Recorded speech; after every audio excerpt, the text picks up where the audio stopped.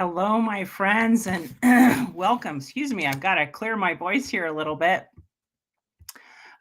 We are so excited to have you with us today on our Women Warrior Workshop. And have you ever felt like you wondered how God was speaking to you? Maybe you weren't sure how He was speaking to you. Maybe you've questioned or wondered. How can I tell the difference between just my thoughts and feelings and what God is pressing me to do? And if you've ever wondered those things, don't worry. You're not the only one who's wondered that. In fact, as we did a survey earlier this year about how women were hearing and acting on God's inspiration to them, there was a lot of questions that you guys asked. And so we knew for sure we needed to do a workshop on how we can better hear and recognize when God is speaking to us. Now, I'm not going to say that I'm a total expert, but I have had many years of experience of learning to hear how God speaks to me. And so I thought I'd talk to you guys a little bit about these things and give you 6 steps. Now, here's the question that a lot of people ask. Is it God speaking or my own thoughts? Yeah, have you wondered that? I totally get that because I've wondered that myself. And I understand those concerns. I just wanted to show you this quick little picture of my family. This is my family probably 15 years ago, maybe 10 to 15 years ago, and we're at a family reunion and they happened to capture this on film. These are my cute kids. You can see my 2 sons on the autism spectrum there, and they are throwing a tantrum, and they had such unique and special needs that there wasn't a book that could tell me, how do I help this child with these specific needs? Even my 2 sons on the spectrum were so completely different that I had a hard time figuring out how to parent them, let alone solve the challenges that I was facing with them day in and day out. And so I found that the only person who could give me the exact guidance that I needed was God at that point. I had to develop a relationship with him and learn to hear how he was speaking to me so that I could solve what I felt like was a tidal wave of problems constantly surrounding me. And I was just like, there is so many things that I'm struggling with and so many things that my kids are struggling with. And there aren't answers. Sure, I could go to autism support groups and stuff like that. And sometimes I would learn little things that I could help apply. And I'm going to tell you a story about that in a little bit. But it was challenging. And so the good news is I'm at a better place now. I feel like I have learned to hear how God speaks to me a little bit better. And my goal is to help you get to that same point. So we're going to talk today about these 6 steps to helping you both hear and recognize when God is speaking to you. And these are the 6 steps. First, talk to him regularly. Second, ask. Third, take time to listen. Fourth, write ideas and answers that you get. Fifth, act in faith. And then give God gratitude and repeat the process all over again. All right, so let's dive into this. The first principle, the first step is to talk to God regularly. And I love this because one of my friends recently, when we were doing our Bible Women and Bathrobes podcast, her name is Tiffany Fletcher, and we had this kind of discussion, and she brought up something that I thought was fantastic.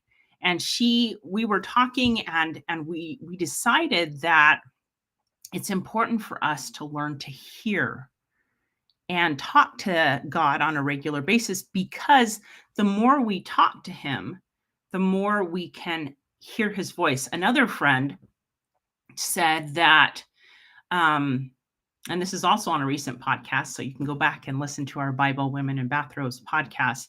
But we decided that it's like talking to somebody on the cell phone, and perhaps, you pick up the phone without checking to see who it is. Would you recognize a good friend's voice within the first minute or the first 10 seconds of them talking to you? I know if it was somebody like my husband or one of my kids, I would recognize their voice instantly, whether I saw who was calling or not.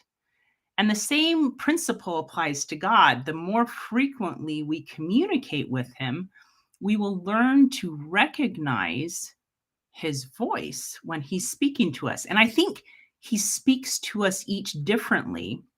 So it's okay if you don't hear him like I hear him in the examples that I share with you today, because he's going to speak to you in a way that works best for you, just like you would speak to any child or person you interact with differently. The same thing applies with God. He's going to speak to you the way he needs you to hear him. Now, there's a really awesome quote in the Bible that says, "Draw nigh unto God, and he will draw nigh unto you." And I love this because what this principle is as we try to draw closer to God, he is going to be with us and inspire us more. He's not going to force himself upon us, but he is going to come as we invite him in. So this, how does this look? Let's go back to that slide before. Talking to him regularly. Does this mean I have to kneel down on my knees and pray like 20 times a day? No. Is it nice to have kneeling prayer? Absolutely. Is it nice to have vocal prayer where you're speaking out loud? Absolutely. Is it good to have prayer where you're talking to him in your mind? Yes. Is it good to have prayers with him when you're driving in your car? I can't even tell you how many times I've been driving in my car and I've got a conversation going on with God. Oh, dear God, help me with this child that I'm about to go deal with. Help me with this challenge that I'm having with my business. I'm not sure how to solve it. So keep that conversation going. It doesn't have to, sure, it is great to have a regular time and place to pray, but it's also more important that we have a conversation with him regularly throughout the day. If you're not sure that you can remember to do this, talk to him about that. Say, God, I want to increase my capacity to talk to you. Excuse me. And so talk to him about that.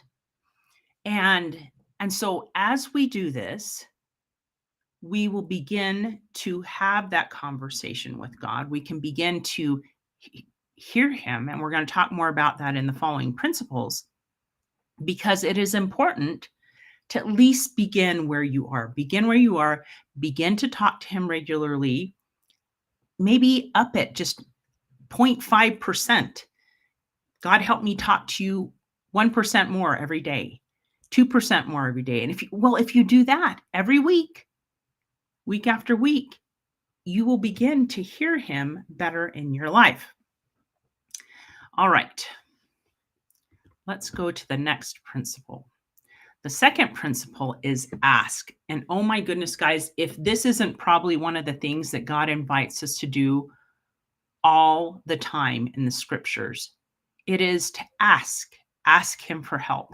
Like I said in the first principle, God is not going to force things upon us, but if we ask him and if we invite him in, he will come and help us with the challenges that we are facing. And I don't know about you, but the challenges I face day in and day out are so hard and sometimes so heavy that it's too hard for me to do it on my own. It's too heavy for me to bear that burden alone. And so sometimes I share, like with my husband, if it's something with regards to one of my children, but God can help us with all things, if we simply ask him. Now, there's a great verse that talks about this. It is in Hebrews chapter 4, verse 16. And this one is beautiful, guys. There's a lot of verses that say, ask and ye shall receive, but I think this one dives just a little bit deeper. And it says, therefore, let us therefore come boldly unto the throne of grace, that we may obtain mercy and find grace to help in time of need. Oh my goodness, look at those promises. You could even pray this: Dear God, help me come boldly to your throne of grace, that I can find mercy and grace to help me in this day. I need your help. I need your grace. I need your mercy. Go there boldly, on your knees, in the car, in the shower, wherever you want to pray to him, you can pray. Now, we can pray and ask him about anything at any time. There have been times when I have been, maybe one of my kids has come to me with a particularly perplexing challenge. And I start talking and I know that whatever I'm going to say isn't going to cut it. And so a quick prayer is, Dear God, help me know how to answer this question for this child, because I don't know what to say. And sometimes I'll even pause and talk to my kids and say, hey, let's pray about this before we talk about it. That's a good way to approach it too.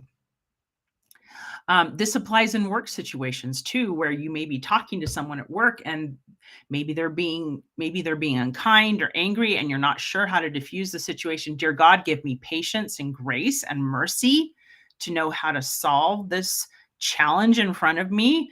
Let me know what words to say. Send angels to help me. We can ask for so many things.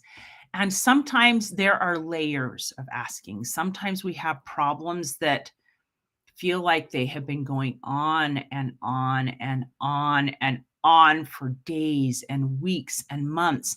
And we feel like we are just scraping by.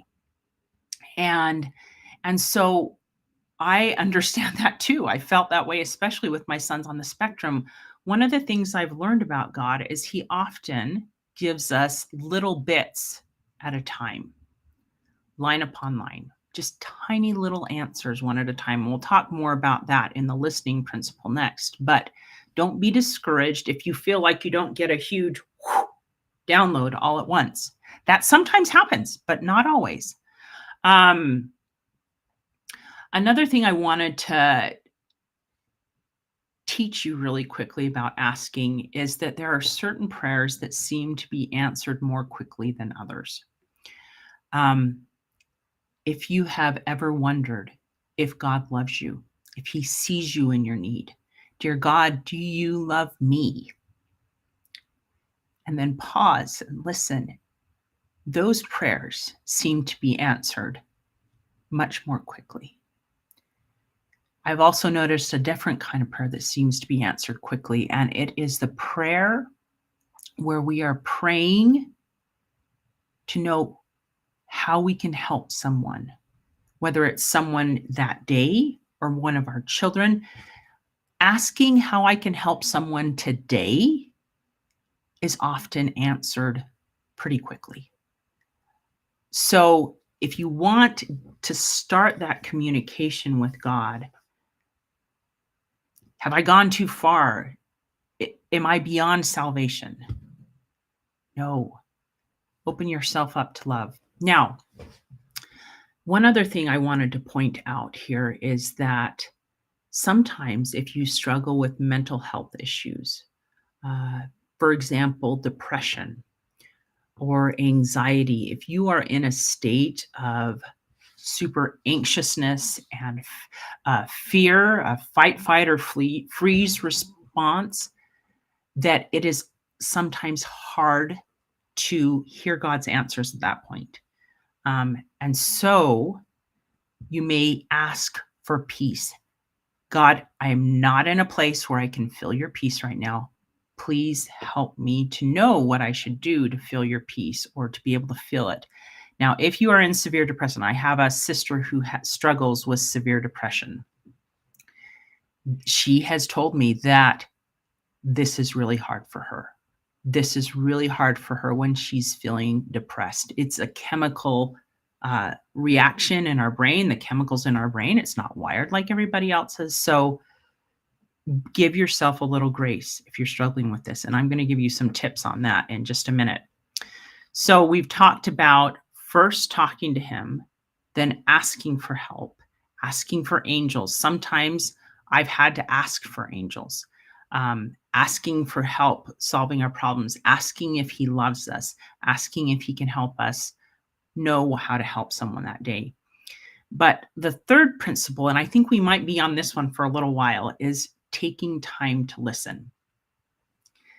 This is probably one of the biggest challenges, I think, for women and men today in our society is we have a really, really hard time quieting everything around us and taking time to listen.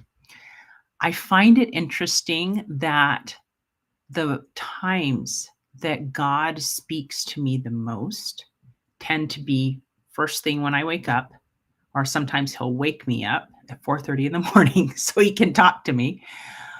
And second, when I'm in the shower, there's no interruptions in there usually. And when I'm driving in the car without music on, all by myself. It's interesting to me that we have to make time to listen and not be afraid of waking up early to get that inspiration, maybe silencing our phones, not having noise or a podcast or something always going in the background, not always scrolling through social media, that we take time to be still.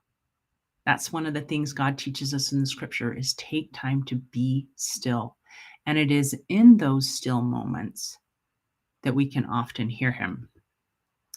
Now, there is an awesome verse here that kind of helps us understand that a little bit more, why it's important to have quiet time when we're trying to hear God speak to us.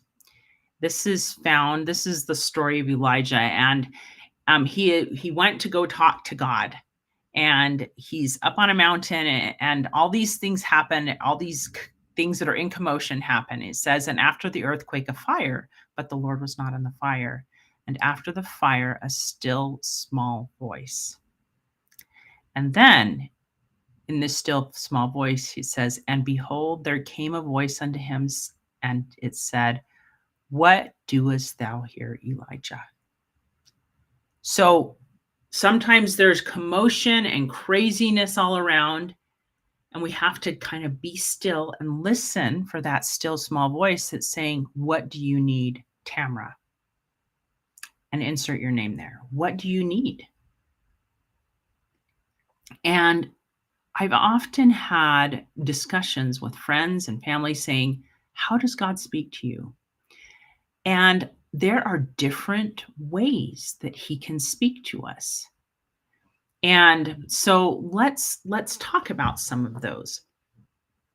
First is a thought in our mind, in our heart, to perhaps do something. You can think of it as, those epiphanies people talk about where it's like a light bulb. If you see the cartoons, the light bulb goes off in their brain.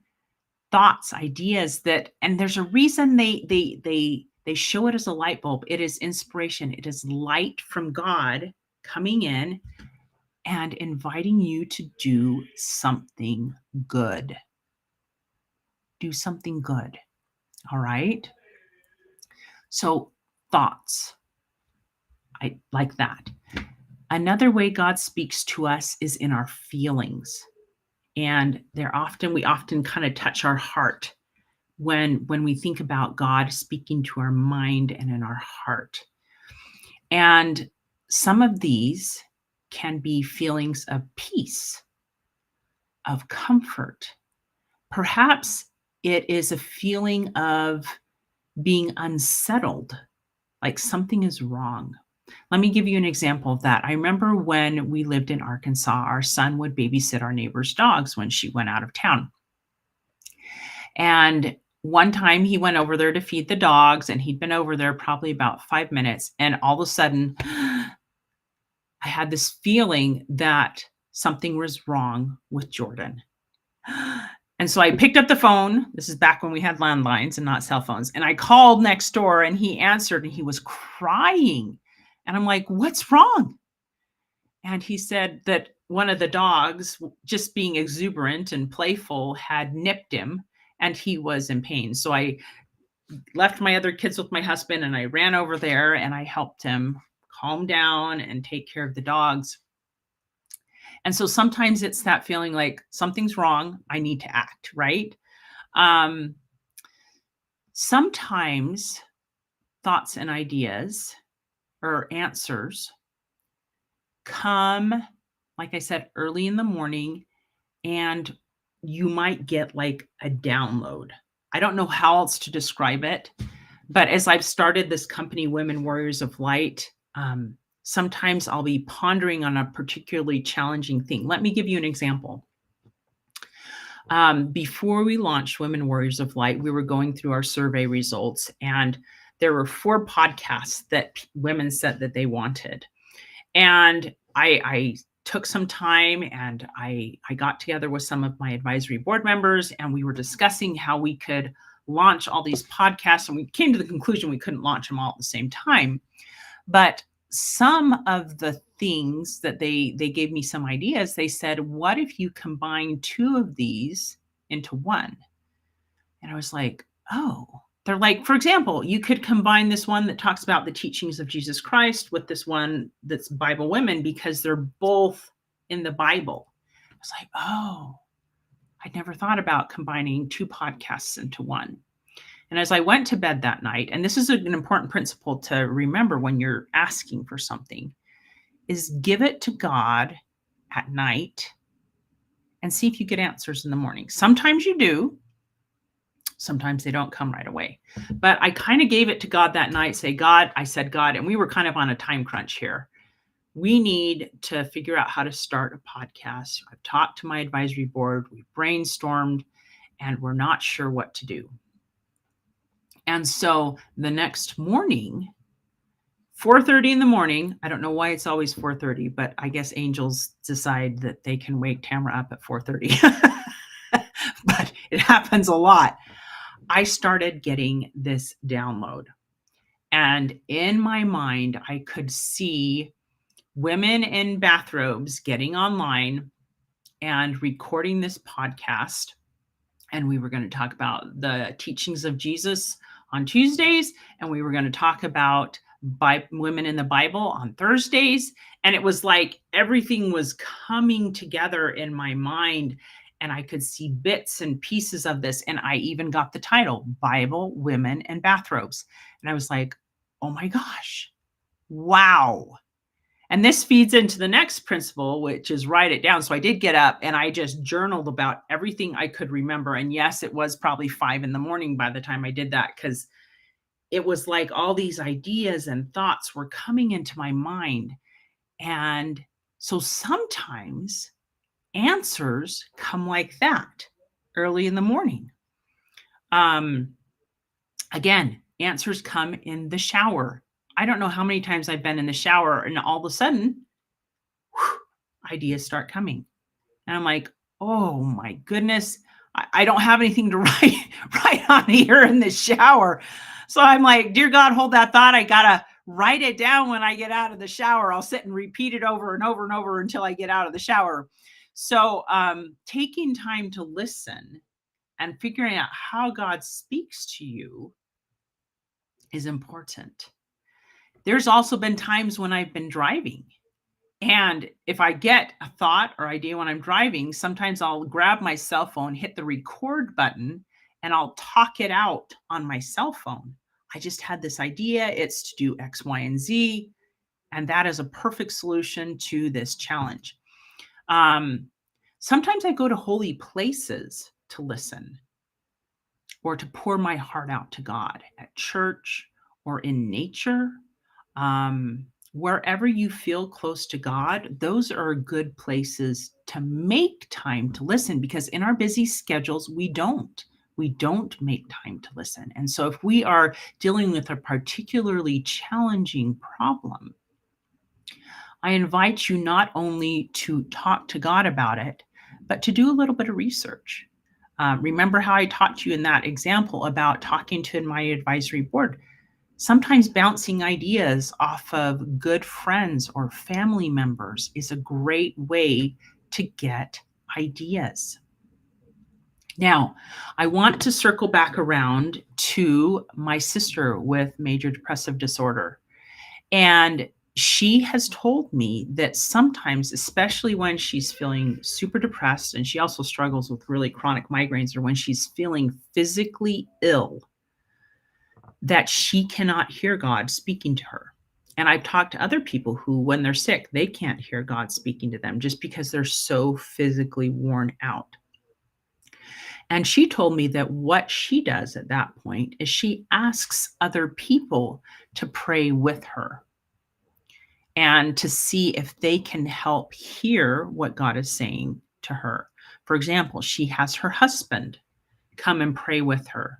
If something that is triggering a migraine, is it one of the medications I'm taking? And they'll pray about the medications. Or if they're making a decision, she'll have him be there to help pray with her. My son did this not very long ago. I had a son who was looking for a job, and he had just received a job opportunity. And he's still fairly young in figuring out how all this adulting goes. And so he came to me, he said, "Mom, I got that job offer and I've been praying about it." And he's like, "I'm not sure the answer that I'm getting." And so I said, "Okay, well, let's pray about it together. Would you like that?" And he said, "Yes, yes, I would like that." And so we knelt down together and we thanked God that this job opportunity had come up. And can you please help us know, our gut reaction is to accept this job offer. It looks so awesome. And as we prayed, I did not feel good about it. I mean, it was pretty clear. My feelings were no. God speaks to us in our feelings. I didn't feel right about it. And I paused afterwards and I asked him, I said, "How did you feel?" He's like, "I don't know. Yes, but I feel so confused about it." And I said, "I think this is a no answer, son." And so then I said, "How about this? How about we now pray and say, God, we feel we're feeling confused and like this might not be the right thing. Is that what you're trying to tell us? Are you trying to tell us to not take this job?" And the answer was peace. And he felt it and I felt it. And I was like, wow, that was pretty clear. So sometimes you can ask God to clarify, I'm feeling this. Is this the right answer? Is this what you're trying to tell me? So he can speak to us in our thoughts, in our feelings, ideas in our mind, downloads perhaps. There are stories in the scriptures where people have visions. I don't think I've ever had a vision, and that's okay. People have seen angels in the scriptures. Think of Mary and the mother of Jesus and having the angel come visit her. Joseph had an angel come visit him in his dreams. So there are lots of things that we would think, oh my gosh, well, I've never had that. And that's okay. Those, I would say, are the outliers. They don't happen very often, although I do have some friends who receive answers through dreams all the time. And I figure that is their gift. That is their gift, to receive answers through dreams. That's not mine. And you know what? That's okay. I don't need to receive answers through dreams. Through this constant communication with God, I've learned that he usually communicates with me with little thoughts, ideas, sometimes words, but usually it's more feelings of do this, ideas. He communicates with me a lot through ideas popping into my head. Now, one of the questions that we had asked is, how do I know if this is from God or if it's just my thoughts? There is a really awesome verse in the Bible in James chapter 1, verse 17, that says this: every good gift and every perfect gift is from above and cometh down from the Father of lights. So if the thought is good, you know it's coming from God, from the Father of lights. I like that idea of light, because remember the light bulb, the Father of lights. God is giving you this thought to do something, to act, to change, to help someone. And if it's good, we should do it, right?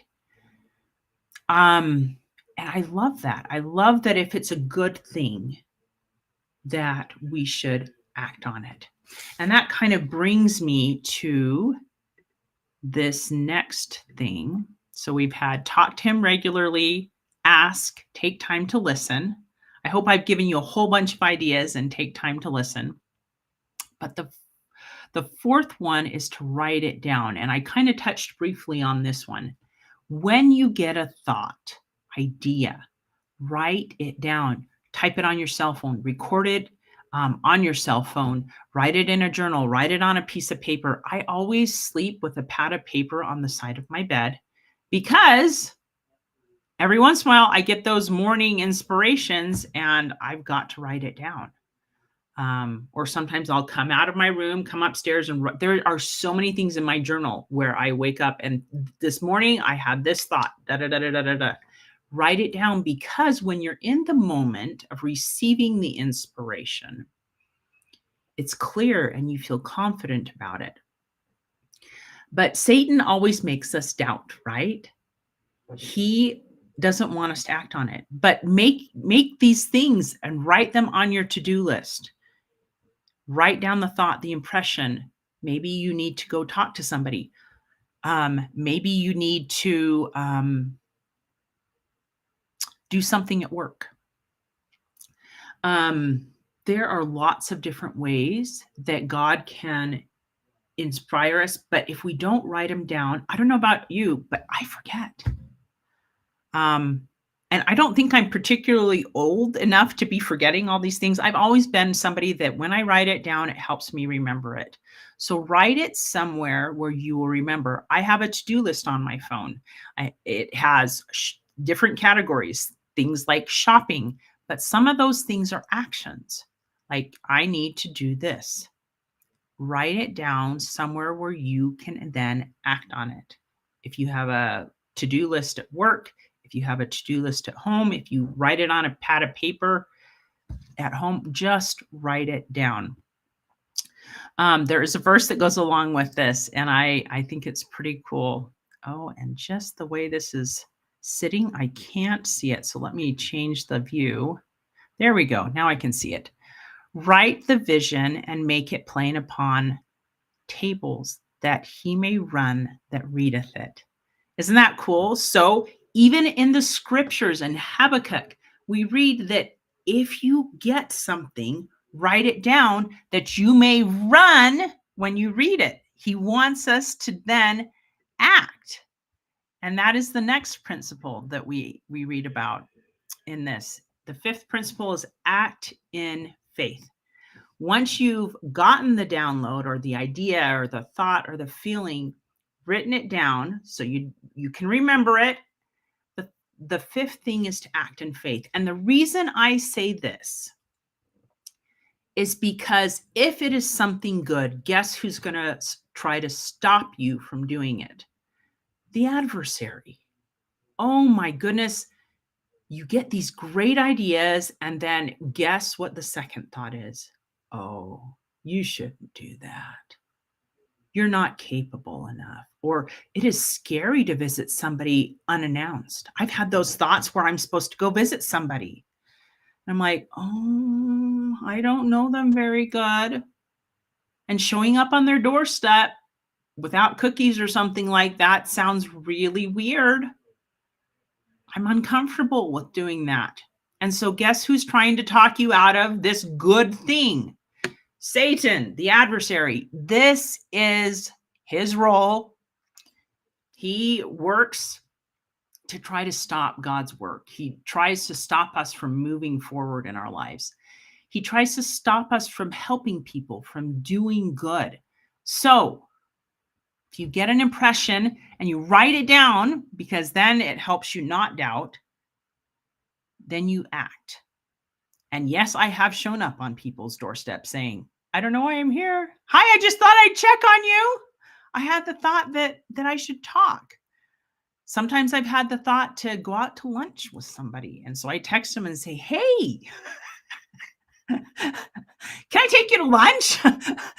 Or you want to come over for lunch? I remember showing up at one friend's house years ago. She was on bed rest. She was a member of our church congregation. And I was out. I think I'd run an errand to Walmart or something like that. And on the way home, I had the thought, stop by so-and-so's house. And I just remember thinking, oh, okay, here we go. I'm just going to show up. And so I had my kids in the car and I showed up at her doorstep, and she needed help. She was on bed rest and she said, oh, thanks so much for coming. Can you help me get this load of laundry out of the dryer? I need to fold it. I'm just sitting here on the couch and I'm having a hard time. And so my kids played with her kids. We got the load out of the dryer. We sat and folded. I mean, it was a huge pile of clothes. She hadn't been able to do anything, and her husband was managing as best he could. And we had the most lovely conversation, folding laundry together. And I was like, this is what comes when you act on those impressions to do good. One of the ladies in our virtual launch of Women Warriors of Light taught us that don't doubt in the dark what you learned in the light. Act on those impressions. When those doubts come, say, no, I know that was a good thought. I'm going to act on it. And some of these things we feel impressions to do are hard. They are beyond our capabilities. And so sometimes we need to involve other people in our doing them.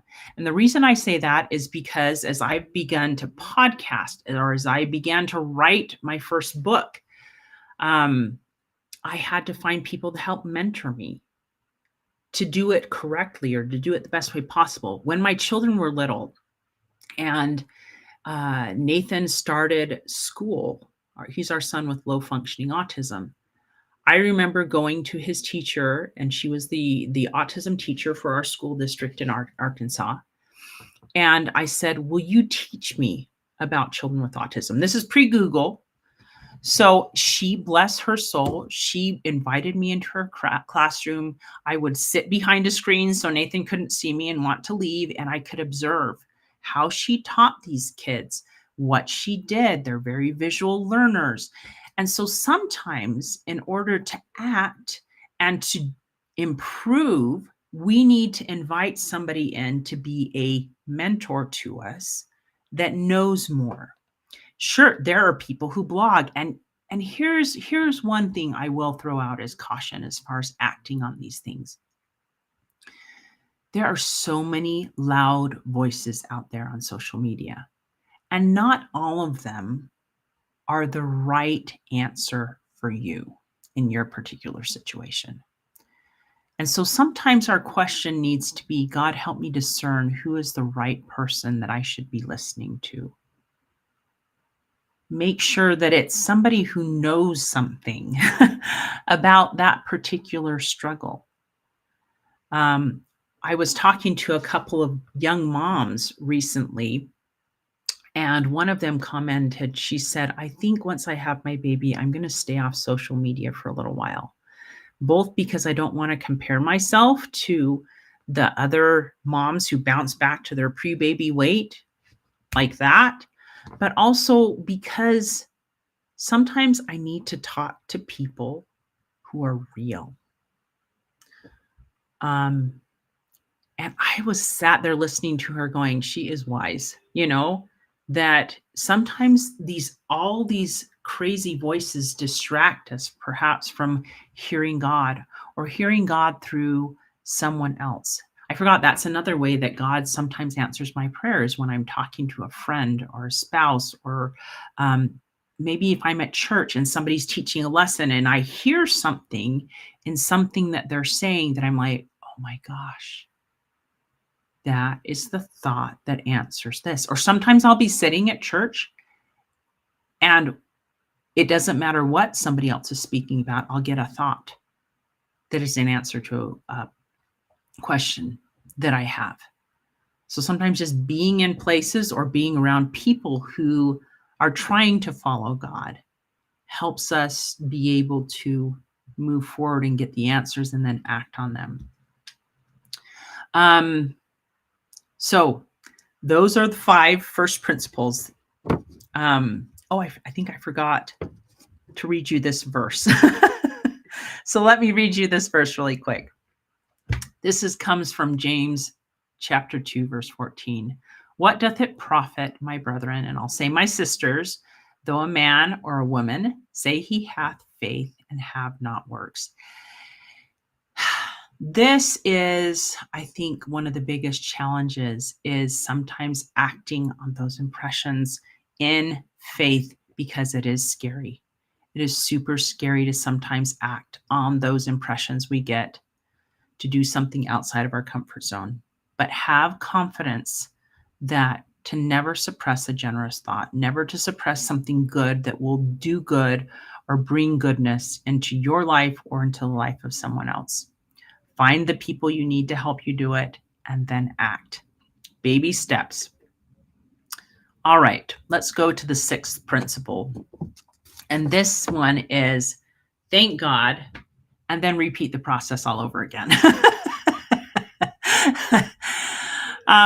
I love this principle because God teaches us that He loves it when people are grateful.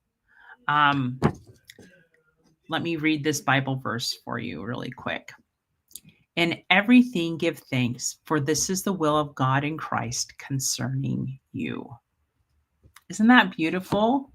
So give thanks when you've received. Dear God, thank you for that thought. Thank you for that inspiration. Help me to have the courage to now act on it. Or if you've acted on it, thank you, God, for helping me visit that friend when she needed help. Thank you for inspiring me with that solution to start that podcast.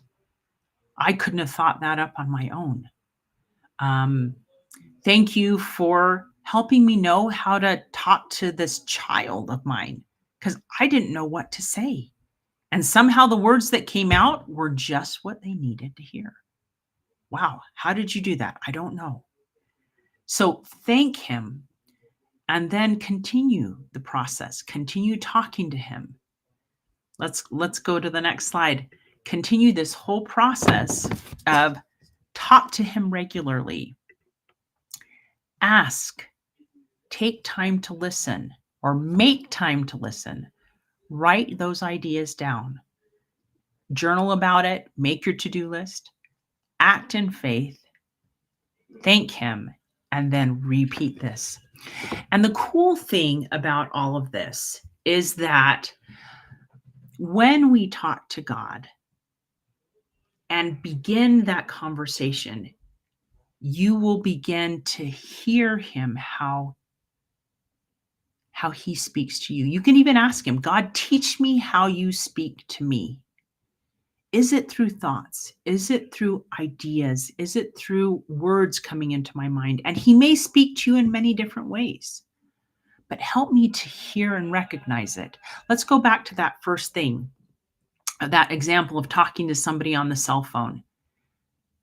The more you talk to him, the more you will begin to hear his voice speaking to you and feel more confident. Let me share a few other things before we close. The first is that if I ask a child to do something and they do it, I am so thankful they did it. And I'll feel more confident in giving them more and more things to do. and help them increase their capacity to become a better person, to become a better citizen, to become better at house cleaning, whatever it is. And God is the same way as he looks at us. If we ask to do something and we ask for his help and he teaches us to do something and we don't act on it, he's going to be less likely to give us more. So this is a pattern of building a relationship with God. And the more we listen and act,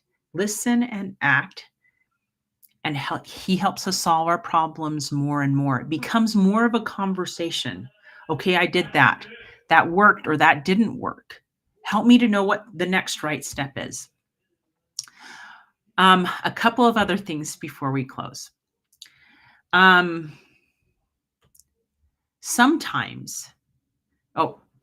Always, God gives us what we need to hear when we need to hear it. Sometimes we may be begging for help or to solve it a particular way, but remember that God always gives us what we need when we need it. He gives us things on his timetable, not ours. And I can't tell you how many times that has frustrated me. I wish he would give it to me all right then, and he doesn't. So don't be discouraged if you don't get everything all at once. There are some answers that we get quickly. There are some answers we don't, and we have to feel like we're in limbo. And what we're asking for are good things, you guys. They're good things. Perhaps it's the healing of one of our children or someone we love, and they die. That is a hard thing when you're asking for healing. But as hard as that is, I've learned that God knows best. We need to trust him, that all he does is for our good.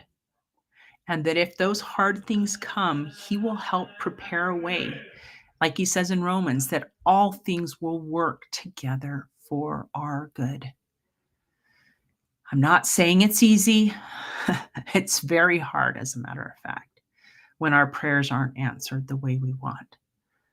But this walk with Jesus, this conversation with him, it helps us to learn to rely on him more. And we can do all things through Christ who strengthens us.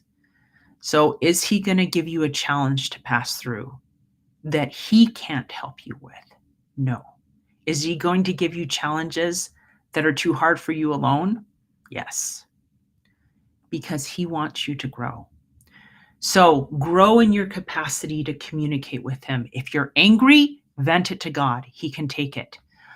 If you're sad, vent it to God. He can take it, and he can give you peace and comfort and fill you with love. And just the endurance to make it one more day. Never doubt that God has your best interests at heart, that he loves you, and that he can answer you and will answer you. Sometimes you need to ask the right question. And if you're not getting an answer, ask him. Say, God, am I not asking the right question? Do I need to think about this differently? Why questions?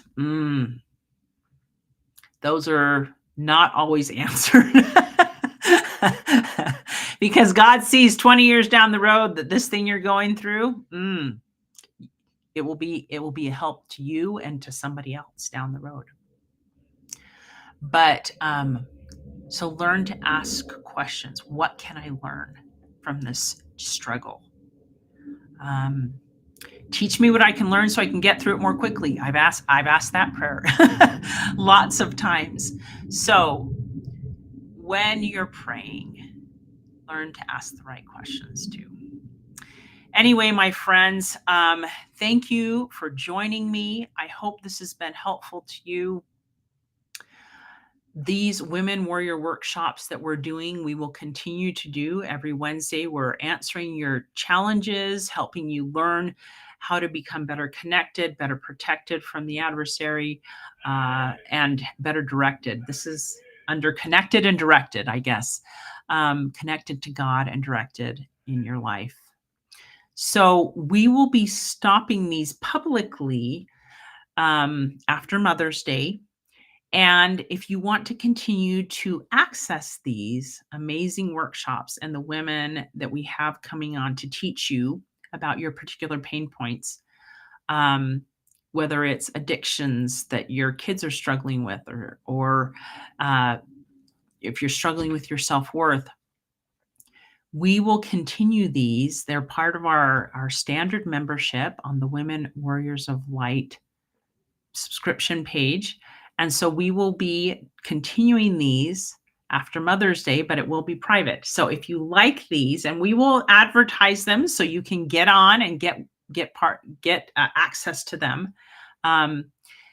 So don't feel like we're doing this to be mean. It's a labor of love for us to organize all this and bring it to you. And unfortunately, it costs us to run a website. It costs us to do all these things. And so we have to charge a little bit for it. So go check out our standard membership. It is $25 a month. If that is too much for you, you can get it for $12.50 a month. And believe me, one of these is worth $12.50 at least. It's probably worth more than that. It's probably worth, if you went to a class on this, it would be worth more. So take advantage of these things while they're free. And if it's too expensive, get that Good Samaritan membership on our website, womenwarriorsoflight.com. And we are so excited to have you here. And I hope you learned something that you were able to now apply about hearing and recognizing God's word in your life so that you can now solve your problems, God's strong, and being more confident and growing to be more confident in your ability to communicate with God and hear his voice. I know, because I did it, that you can do it too. We all start where we are, and we can grow in our capacity to hear and recognize God's voice. So thank you for joining me today, and may God bless you to better hear and recognize his voice.